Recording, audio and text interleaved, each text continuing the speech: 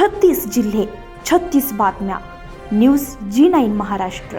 उत्तर तुमच्या प्रश्नांची.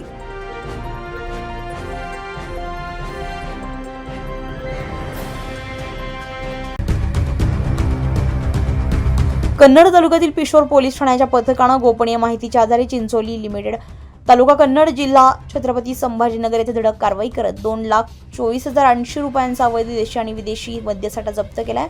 या प्रकरणी एका व्यक्तीविरुद्ध महाराष्ट्र दारूबंदी कायद्यान्वये गुन्हा दाखल करण्यात आलाय.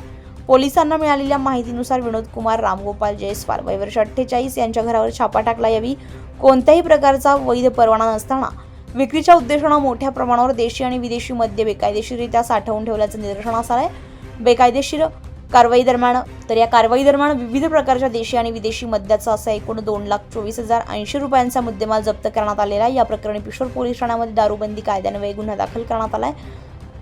तर पुढील तपास पोलीस नाईक बर्डे करताय. ही यशस्वी कारवाई पोलीस अधीक्षक प्रकाश जाधव, अप्पर पोलीस अधीक्षक प्रशांत स्वामी तसेच सहाय्यक पोलीस अधीक्षक अपराजिता अग्निहोत्री यांच्या मार्गदर्शनाखाली सहाय्यक पोलीस निरीक्षक कुणाल सूर्यवंशी यांच्या नेतृत्वाखाली पार पडली आहे. या मोहिमेमध्ये पोलीस उपनिरीक्षक विश्वजित फरताळे, सहाय्यक फौजदार कराळे, पोलीस नाईक बर्डे, पोलीस कॉन्स्टेबल गणेश कव्वाल, पवन खंबाट, सपकाळ भोटकर, महिला पोलीस शिपाई देवरे तसेच सहाय्यक पोलीस अधीक्षक कार्यालयातील police head constable Amol Gaikwad, police constable Mayur Walunjkar Ghuge आणि प्रमोद सोनवणे यांनी सहभाग घेतला. न्यूज G9 महाराष्ट्रासाठी सत्यम गवळी, कन्नड.